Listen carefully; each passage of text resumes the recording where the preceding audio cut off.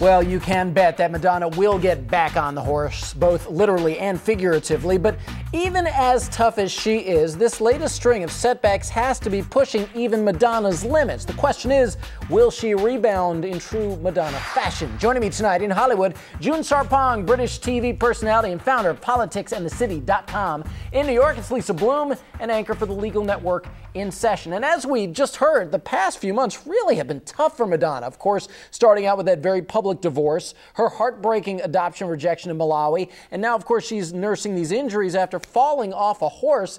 Lisa, we have certainly seen Madonna go through a lot of tough times in the past, but is this, in fact, shaping up to be Madonna's worst year ever? No, I don't think so. Yes, she's had some setbacks, but look, she's appealing the Malawi decision. She's only a little banged and scratched up, thank goodness, from that fall off the horse. And you know, a lot of women are happier after they get divorced. I mean, have you seen Jesus Deleuze? Have you seen him? Hello? He's not so bad to look at. What do you think, June? Because when you look at all of this on paper and taking into account the guy that she's allegedly now dating, you know, a pretty bad year. You think that's bad? I'm with Lisa. I would like to have Madonna's bad year. She's got a 21-year-old supermodel after her, a billionaire, one of the hottest baseball players on the planet, a Louis Vuitton commercial, a sold-out tour, and she's over 50, and she looks like she's 30. If that's a bad year, give me that bad year. Thank you very much. That's why we asked the question, ladies. I'm jealous.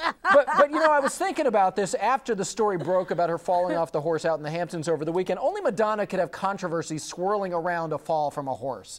But TMZ is reporting that the Southampton Police Department thinks this whole story is bogus and it was just part of Madonna's people spinning the story. In fact, a Southampton police sergeant tells TMZ, quote, "There is no mention of photographers. It's a matter of spin control that went out of control. If they felt there was something else, they would have written paparazzi in the form if they felt there was a problem."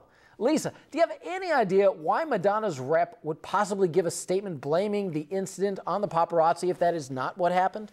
Well, some of the paparazzi have said they were there just before and they were there just after, so maybe Madonna was confused, or maybe she's right. Look, TMZ is the website that sends paparazzi out to stalk celebrities, so it's not surprising they take the paparazzi side. I don't know what happened, but I think it is a plausible story, else why would the horse be spooked otherwise? Although there was one photographer who's been the center of a lot of attention who says, you know what, I was the only photographer there, and I wasn't there when she was thrown off the horse, and I wasn't even on the private property where I was off on the road. That.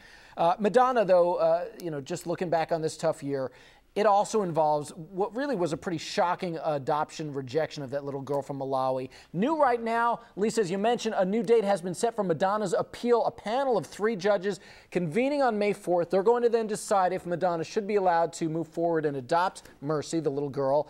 Now, we know that Madonna's initial attempt to adopt Mercy was shut down because Madonna didn't fulfill all of Malawi's residency requirements for adoption. So, Lisa, can't you really expect a victory here? After all, it's not like she's bought a house, as far as we know, in Malawi. No, that's true, although she has donated a lot of money to the country and to the orphans there. You know, I don't know if she can or not. I think the residency requirements are silly. She's trying to do a beautiful thing and help a child who has very little chance. I think they should waive it. There's not a long line of people looking to adopt orphans from Malawi, and I think they should let her give little Mercy a chance. Well, no matter what the outcome of the appeal, the whole process, I'm sure, has been very emotionally draining for Madonna. I'm sure she went into Malawi thinking it was going to go through, just as her adoption of David Banda from Malawi went through.